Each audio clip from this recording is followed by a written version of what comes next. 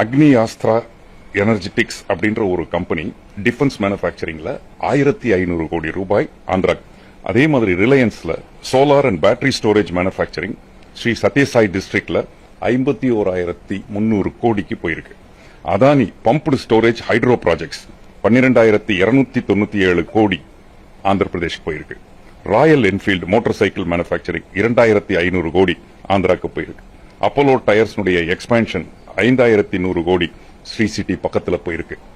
கடைசியாக data centre நமக்கு தெரியும், quantum centre, data centre, Google இருந்து கிட்டத்தட்ட 1.5 லட்சம் கோடி முதலீடு ஆந்திராக்கு போயிருக்கு. கிரீன் எனர்ஜி வேவ் 2 லட்சம் கோடி. இத மாதிரி அடுக்கிட்டே போலாம். கடந்த ஒரு 20 நாட்களுக்கு முன்னால் வந்த செய்தி, ஒரு டிஃபென்ஸ் DRDO ஒரு ப்ராஜெக்ட் ஹொசூர்ல வர வேண்டியது ஆந்திராக்கு போயிருக்கு. ஸ்ரீ சிட்டிக்கு பக்கத்துல இந்த துறைமுகம் கட்டுமான பணிகள் வருவது எந்த அளவுக்கு முதலீடுகளை வேறு மாநிலத்திற்கு போய்கொண்டிருப்பது என்பதை காண முடிகிறது.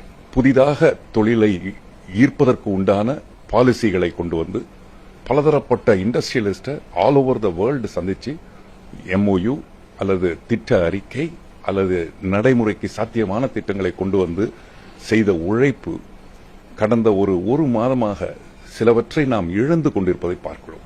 உண்மையிலேயே வருத்தமளிக்கக்கூடிய ஒரு நிகழ்வாகத்தான் பார்க்க வேண்டும். வருத்தம் மட்டுமல்ல, அபாயகரமான நிகழ்வுகள்.